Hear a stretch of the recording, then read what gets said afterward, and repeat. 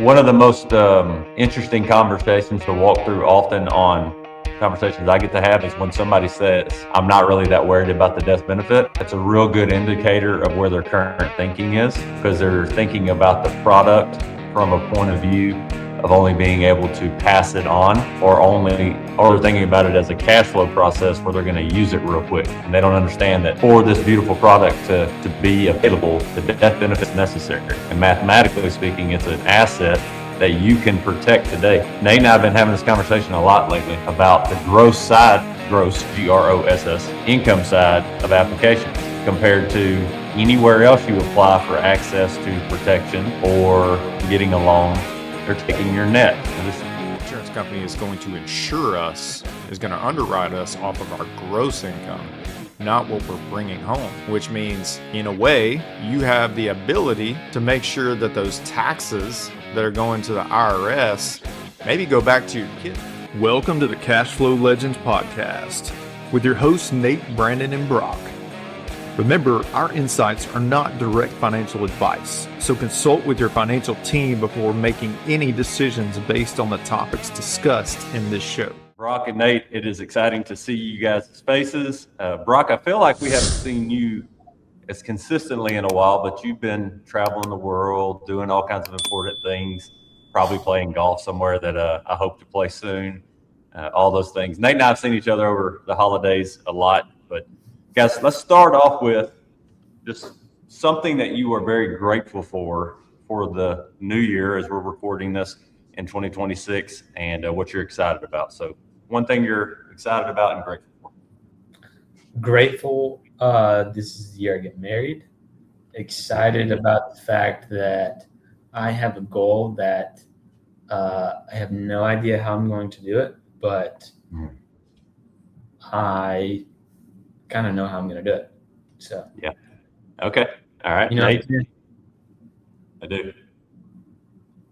Yeah, I mean, always at the top for me is just my family, but more specifically, just watching my kids thrive in different areas of their life is just so much fun for me. My oldest son has a semester left in college, and he's done, and just watching him kind of launch out and do some different things. And then my youngest son being a freshman in school, and he's starting to figure some things out in his life. Brandon, I just shared with you that he just got offered a church intern position that he's really excited about.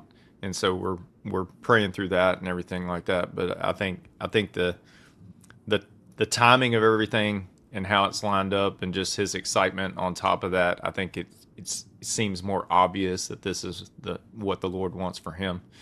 And he's seen some things confirmed in that recently in his life. And so that's pretty cool. And then just watching my girls do their thing. They both are coming off of injuries that they sustained, different types of injuries, but now they're healing up and getting back involved in cheerleading and basketball and sports and all those fun things. And so, and I'm so grateful for this year that's ahead, even though I don't know what's in store, obviously, because we can't see, but I'm just grateful for where I am right now in life and being able to just enjoy my family. Awesome, guys. what about you, Brandon? I'm glad you asked, Brock.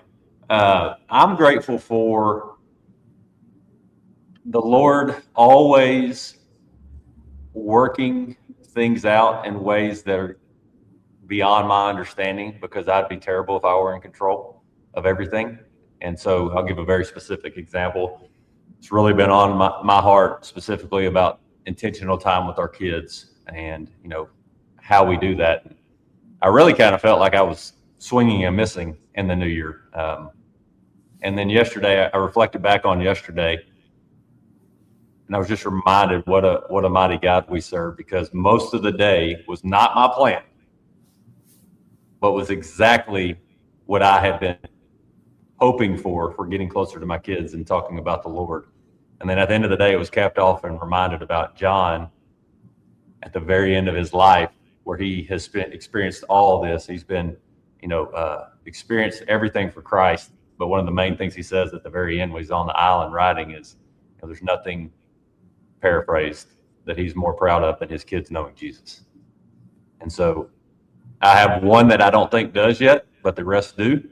And so the conversations are happening there, and go figure, great conversations happen with anybody when you're somewhere that they like to be, not where I like to be. And that's walking down the road, on a hike or whatever else. So I'm grateful for that. And I'm excited, Brock, what you said, I'm going to steal yours.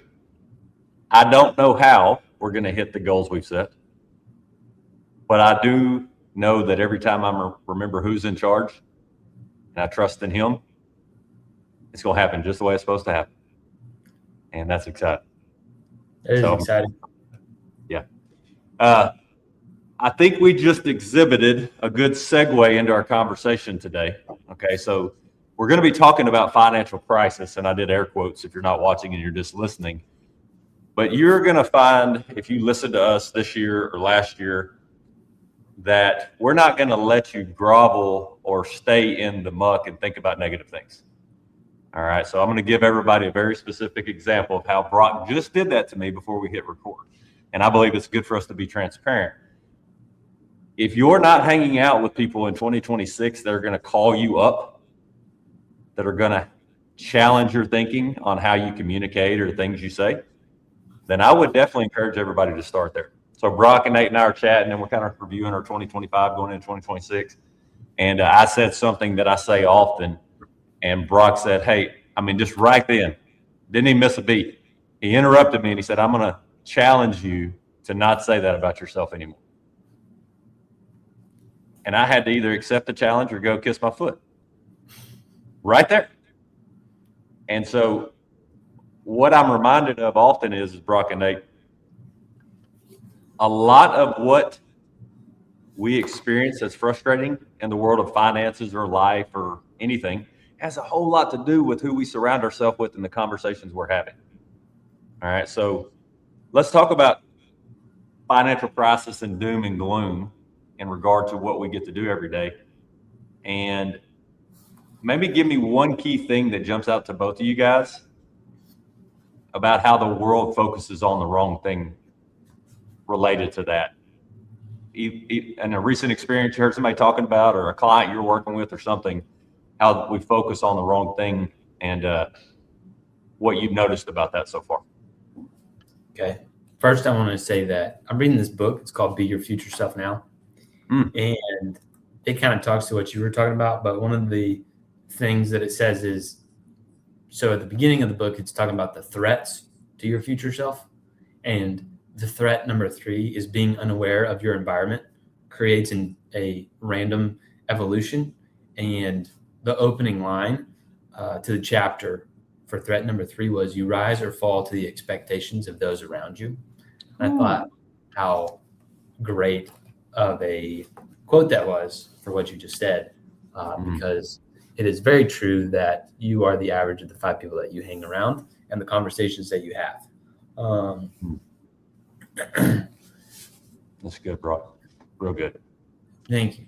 So we're talking about financial crisis, and I feel like it's like always a thing that comes up at the beginning of the new year. Everybody's like, this is the year it's going to crash, burn, and it's going to be the worst thing ever, which at some point it will, because this is how our economy works.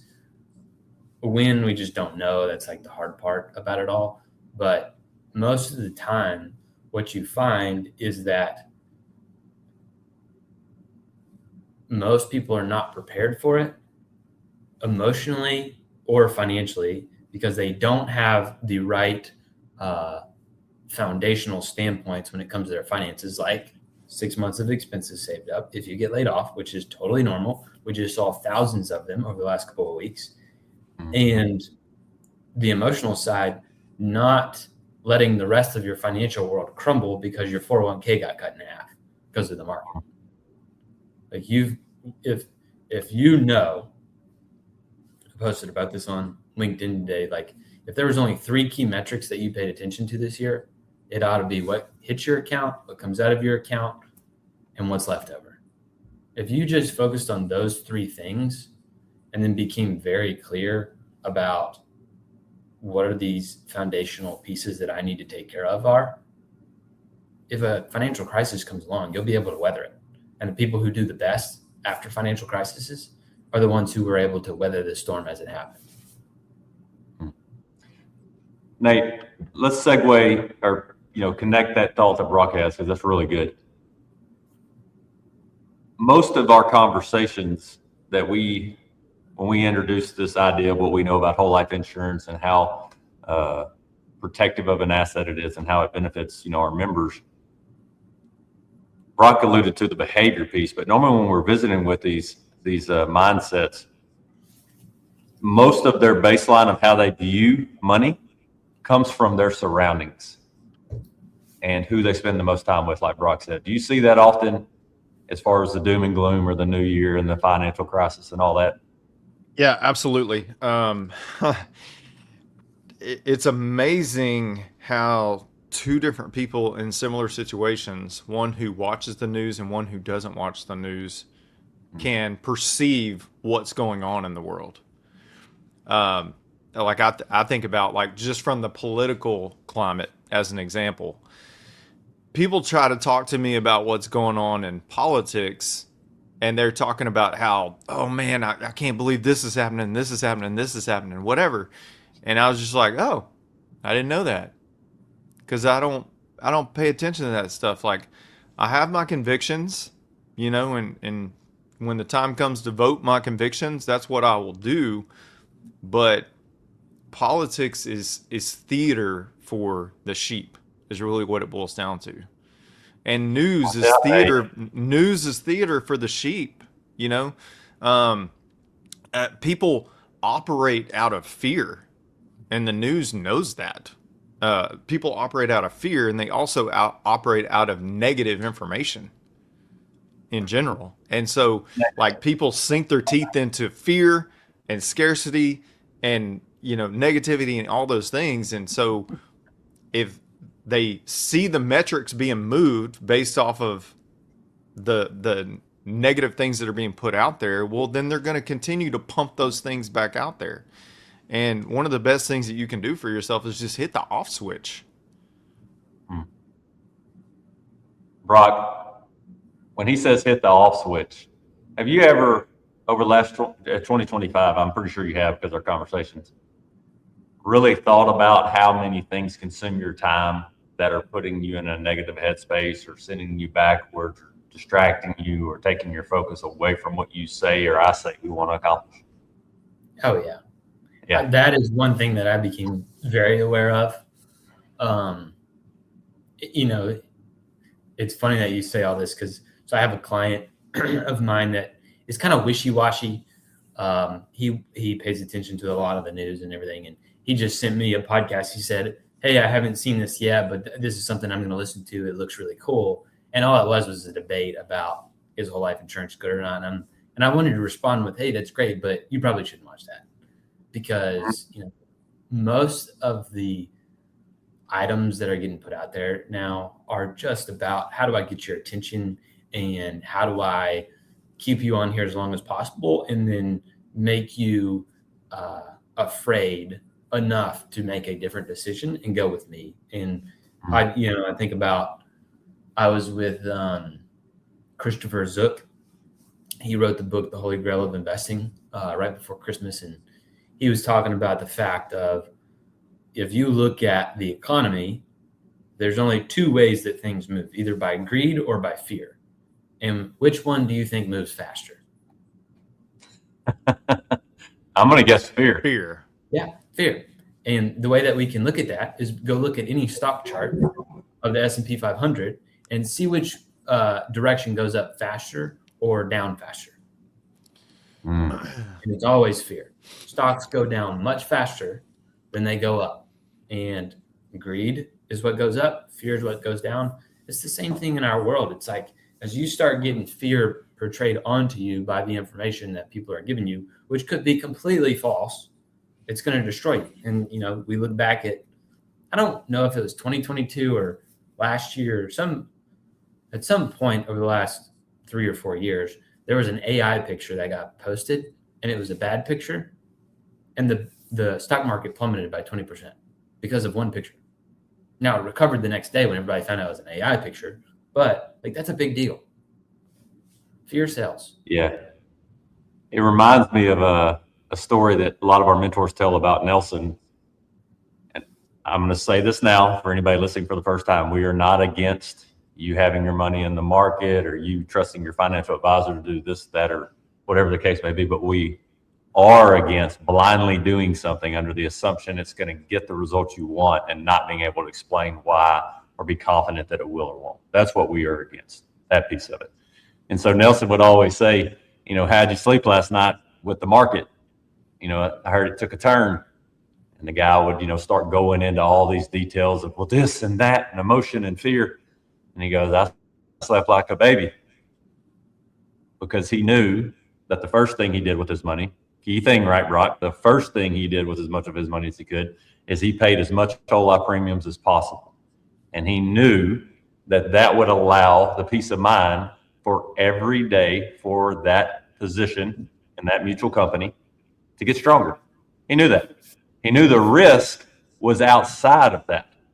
So let's touch on this for a second. We've had 2 financial crises. Brock, how young are you? 27. 27. So, yeah, Brock's been in 2 financial. Yeah, I've lived 2008 and 2020. If you go by what the definition is.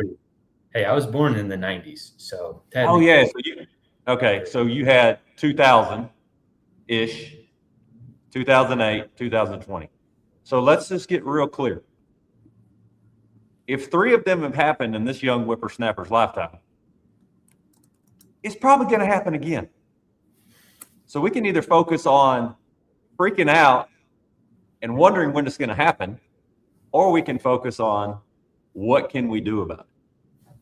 What's the number one investment strategy? Like, what's the best investment strategy out there? Are you asking us? Like, when it comes to stocks and bonds and just investing in general, what's the main premise? Like, what's the main rule of investing? Buy and hold. Lose money. Don't lose your money. I mean, depending on who you ask. So maybe simplify a little bit more. Buy low, sell high. Oh yeah. Okay. Gotcha. I'm tracking. What do most people not prepare for? Downturns? Which means they can't do what? They can't buy. Buy what? Low. Buy low. Oh. Yeah. And so they're in it for the long haul, Brock. You can't be in the long haul if you don't buy it. Yeah, it's so wild. Now, all right, Brock, give your. I want you to spin this, assuming somebody's listening for the first time and they've got $2 million in the market, and they're like, "Well, I love the market." And I want you to bring us into why does what we believe about whole life insurance and live it, not compete with that thought process. It's not a competition. How can they be paired together?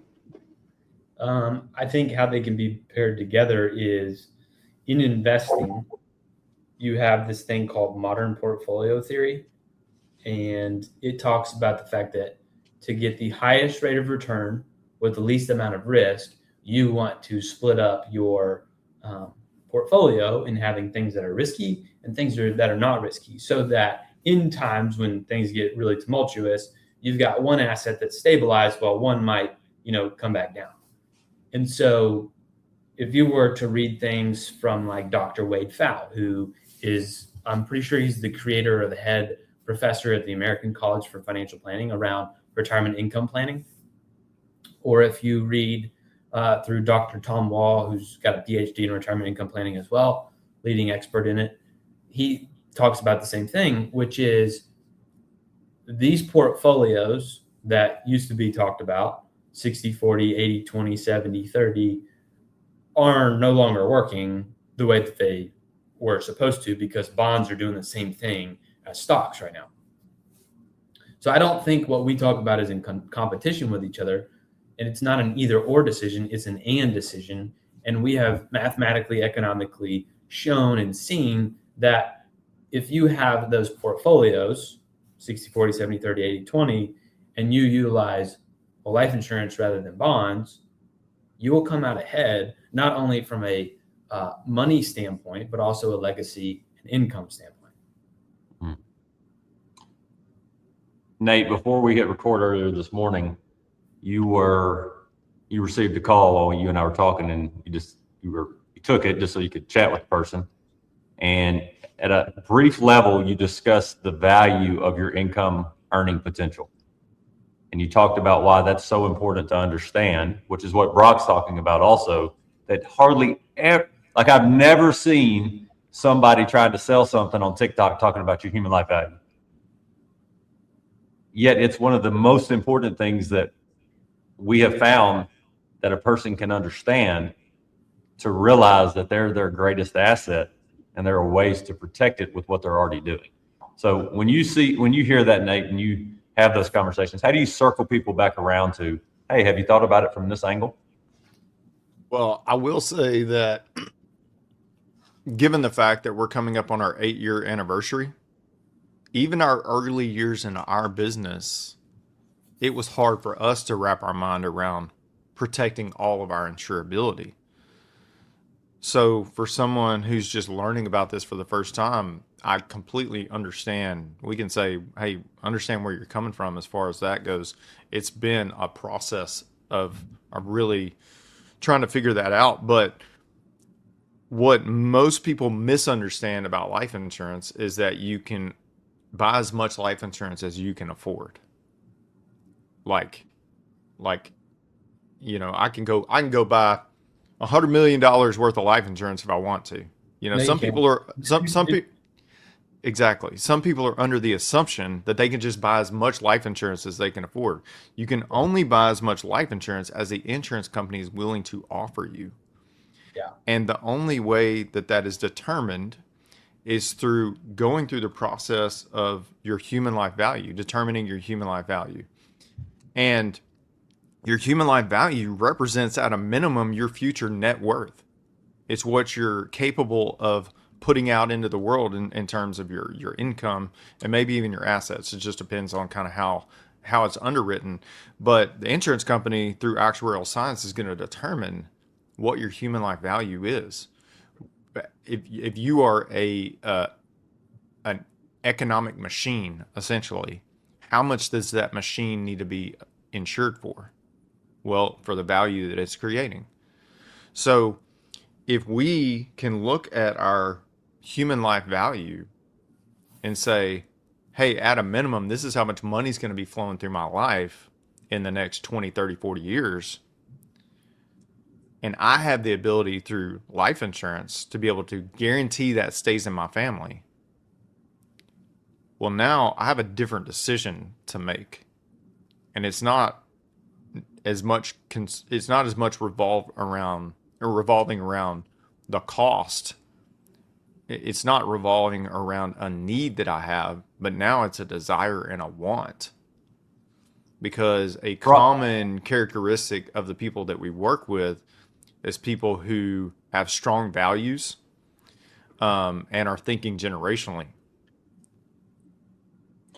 Brock, how do you bridge that gap when you're visiting with, let's say somebody comes to you that has already maybe wrapped their brain around the value of whole life, but they're missing some pieces of, like Nate just talked about, as far as you can't get as much insurance as you want, but how your human life value works. Is there a simple way you help people think through that with the questions you ask to connect some dots on why it's so valuable to understand that? You know, I don't know if I do, but I do help people.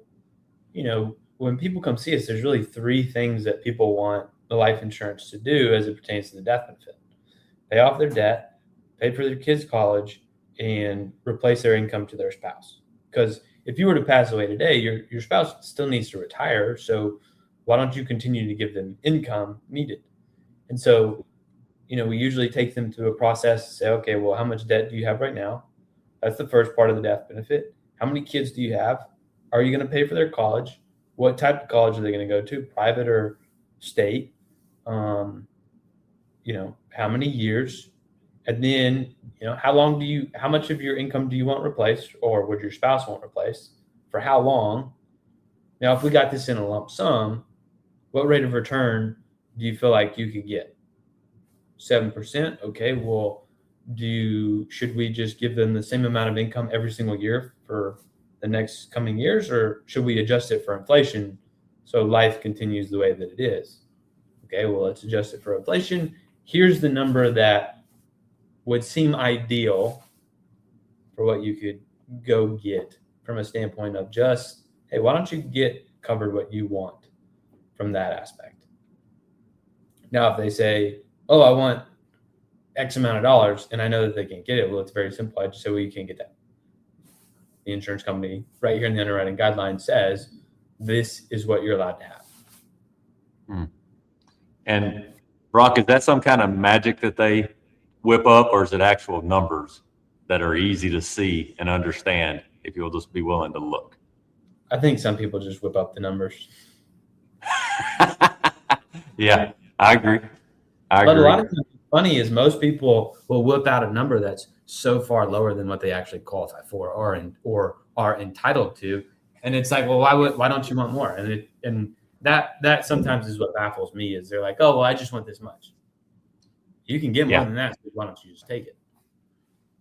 Yeah. One of the most interesting conversations to walk through often on conversations I get to have is when somebody says, I'm not really that worried about the death benefit. That's a real good indicator of where their current thinking is, because they're thinking about the product from a point of view of only being able to pass it on, or they're thinking about it as a cash flow process where they're going to use it real quick. And they don't understand that for this beautiful product to be available, the death benefit is necessary. And mathematically speaking, it's an asset that you can protect today.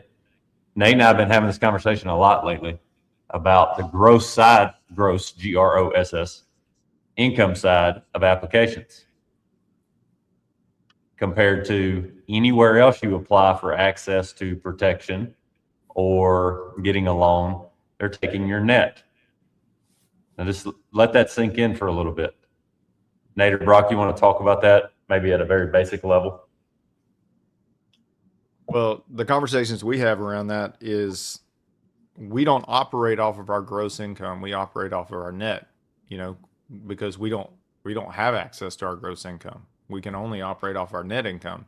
But an insurance company is going to insure us, is going to underwrite us off of our gross income, not what we're bringing home, which means, in a way, you have the ability to make sure that those taxes that are going to the IRS maybe go back to your kids one day. Why else?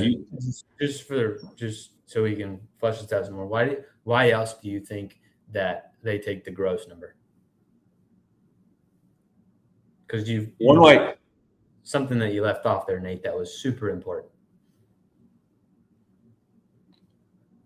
Brock, the way that I think about it, and tell me if I'm missing something here, but the way I think about it is it's a non-correlated asset, which means that they know you're going to create that, and you've already proven it before taxes, before inflation. The math's happening on the front side. Is that what you're looking for, or are you going for something else? Close. If you think about it, most Americans the plan is to retire. Like, that was introduced into our world during the industrial age, blah, blah, blah, blah, blah, right? So the government gives tax benefits to people who buy life insurance that pays out income tax free, because the government, if they didn't have life insurance, would have to do what for these people? Take care of them, apply for their retirement. Yeah. Well, most Americans also contribute to what? Retirement account. Qualified plan. Is that before they get their paycheck or after?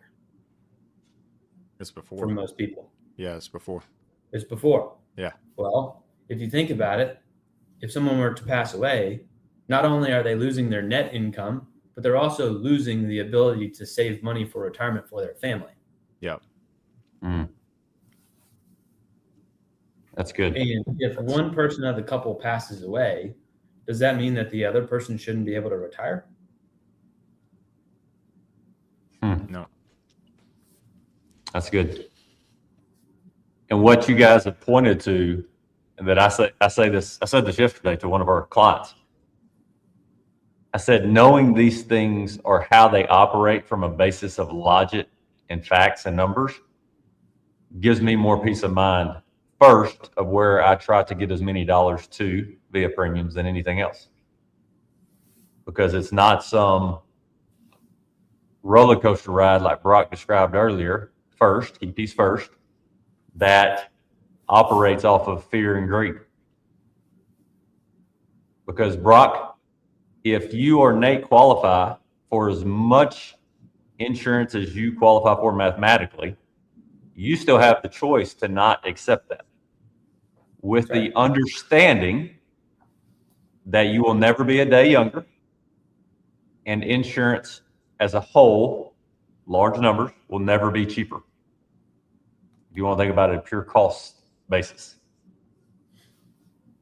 And so how do you guys bridge the gap when you're talking to somebody or help people rethink their thinking, like Nelson said, when they're so focused on doom and gloom and the next crisis, as opposed to focused on what they can control in this very moment?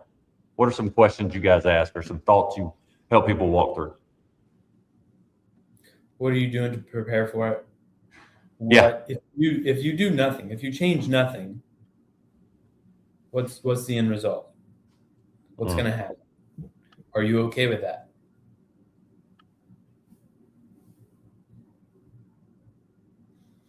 But at the end of the day, if you're just not going to change your viewpoint and you're just going to be negative the whole time and you think doom and gloom, we're just not going to work with you.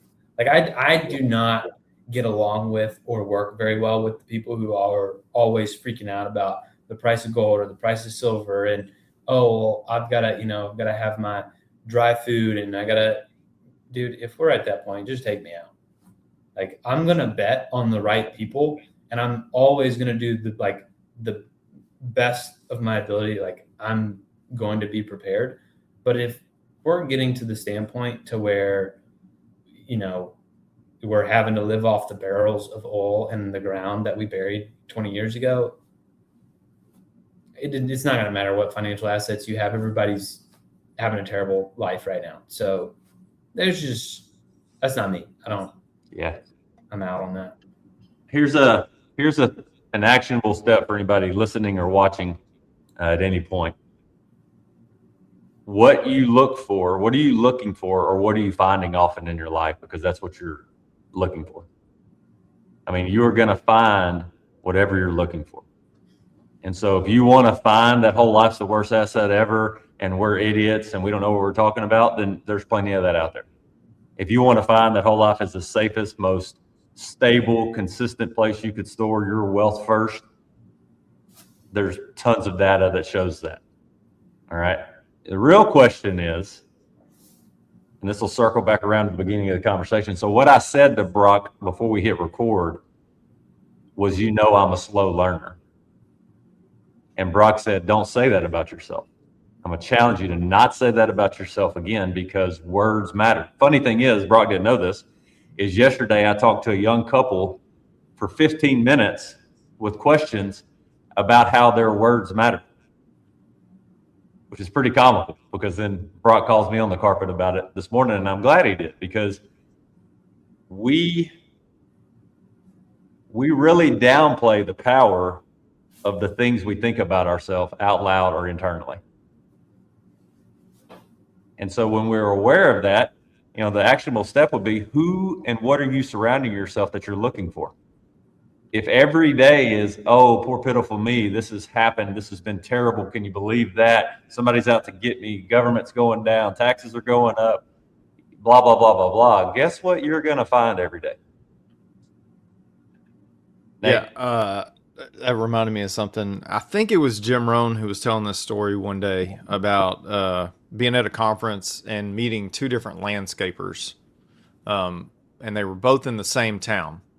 And one of them said, "Man, I'm having the worst year ever. I can't make any money in this town." And the other one was having the best year of his life. And the reality is, somebody's going to look at whole life insurance and go, "Oh, this is the worst thing ever." Yet on the other side of that, there are people who are going, "Man, this is the most incredible thing that I've ever found. Like, how is this even possible?" I mean, on occasions, somebody will say to us, "This sounds too good to be true." And what we learned from Brock's dad, Trent, is, well, what do I need to do to make it sound bad? You know, no. Brock, do you know exactly how he says that? Yeah. When somebody says, "This sounds good to be true," well, how much worse do I need to make it for it to sound not? Yes. Yeah, there it is. Yeah, that's a great reminder of, and I think about this with kids, Brock. So you don't have your own kids yet, but you have brothers and, all that good stuff. But the things that we will tell ourselves internally that we never say out loud are the exact opposite things we teach our kids not to do and coach them up on out loud. Now, both can't be true. Like, they both can't be true at the same time. I can't believe that I'm not smart, or I'm not going to grow, or I'm not going to learn new things, and then get on to my kids and encourage them for, "Hey, we don't think like that. We don't talk like that." So we had someone in our lifestyle investor retreat in December, David Bayer. Great dude. Y'all need to go get his stuff. He's got a book called A Changed Mind. But he walks through all this, and it was crazy things that he was doing on stage and how similar everybody is. But what he talked about was the fact that, kind of like our friend Chris Smith says, is limiting beliefs are created. Like, we did that, right? The thoughts of possibility are never created or destroyed. They're just there. That's like what we were made to have. We create the limiting beliefs. And one of the things that David talked about was the fact that when it comes to our thoughts, most of our negative thinking, which is in fear, are untrue. They're ignorant statements that are unintelligent and not true. Well, if something is not true, what does that also mean in the inverse? There is a true statement somewhere else about something on that same thing. So anytime that you are thinking through these really negative thoughts about yourself, you can know that they are negative or they are untrue thoughts, which means there is a true thought somewhere that you need to figure out where it's at. And as the Bible says, you need to take every thought captive. That's right. That's exactly right. That's good. Well, we appreciate everybody taking the time to listen. We hope that we encourage you to really get clear on what you want to find and begin looking for it. We hope we encourage you to realize that there will always be a crisis, and we can either be on the side of we focus on that, and that leads us down that doom and gloom path, or we focus on, hey, with the time I have, with the breath I have in my lungs, what can I do about it? Who can I surround myself with? We are biased, but we feel like listening to our conversations will help you think through that. Not because we've got anything completely figured out, but because we've learned and we're sharing this with you. We're just hitting record. That's all we're doing. So we appreciate the likes, the shares, the reshares, any comments. You can find us on Cashflow Legendz with Z.com. If you want to understand how to implement what we teach, there will be a process that everybody goes through to really make it make sense to you, where maybe you can eliminate the fear and get clarity on what we do and why we do it. So the next one, thank you.